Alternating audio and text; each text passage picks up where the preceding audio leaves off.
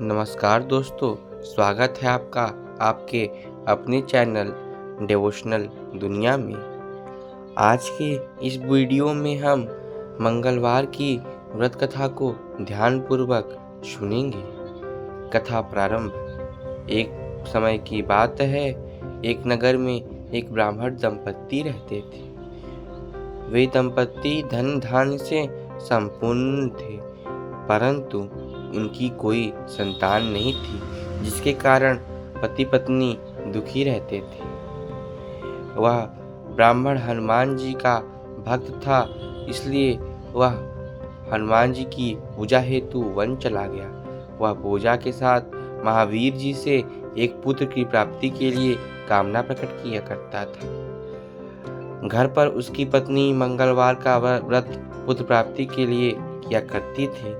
मंगलवार के दिन व्रत के अंत में हनुमान जी को भोग लगाने के पश्चात वह स्वयं भोजन ग्रहण करती थी। एक बार मंगलवार के दिन कोई अन्य व्रत आ गया, जिसके कारण ब्राह्मणी भोजन न बना सकी।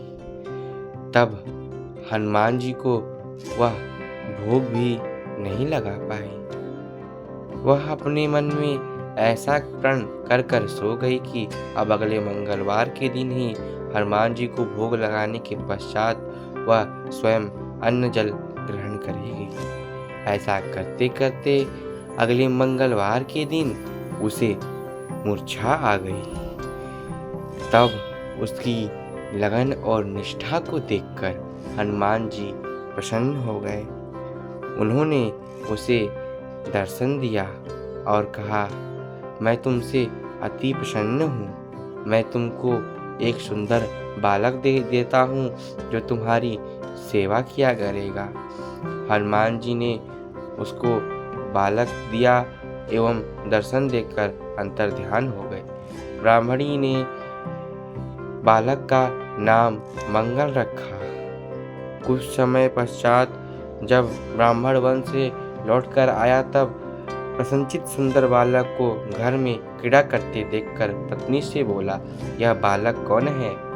पत्नी ने कहा, मंगलवार के व्रत से प्रसन्न होकर हनुमान जी ने दर्शन देकर मुझे यह बालक दिया है।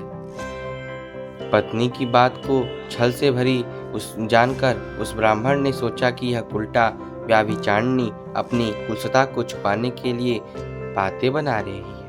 एक दिन जब उसका पति कुएं पर पानी भरने चला तो ब्राह्मणी ने कहा, मंगल को भी अपने साथ ले जाइए। वह मंगल को अपने साथ ले चला।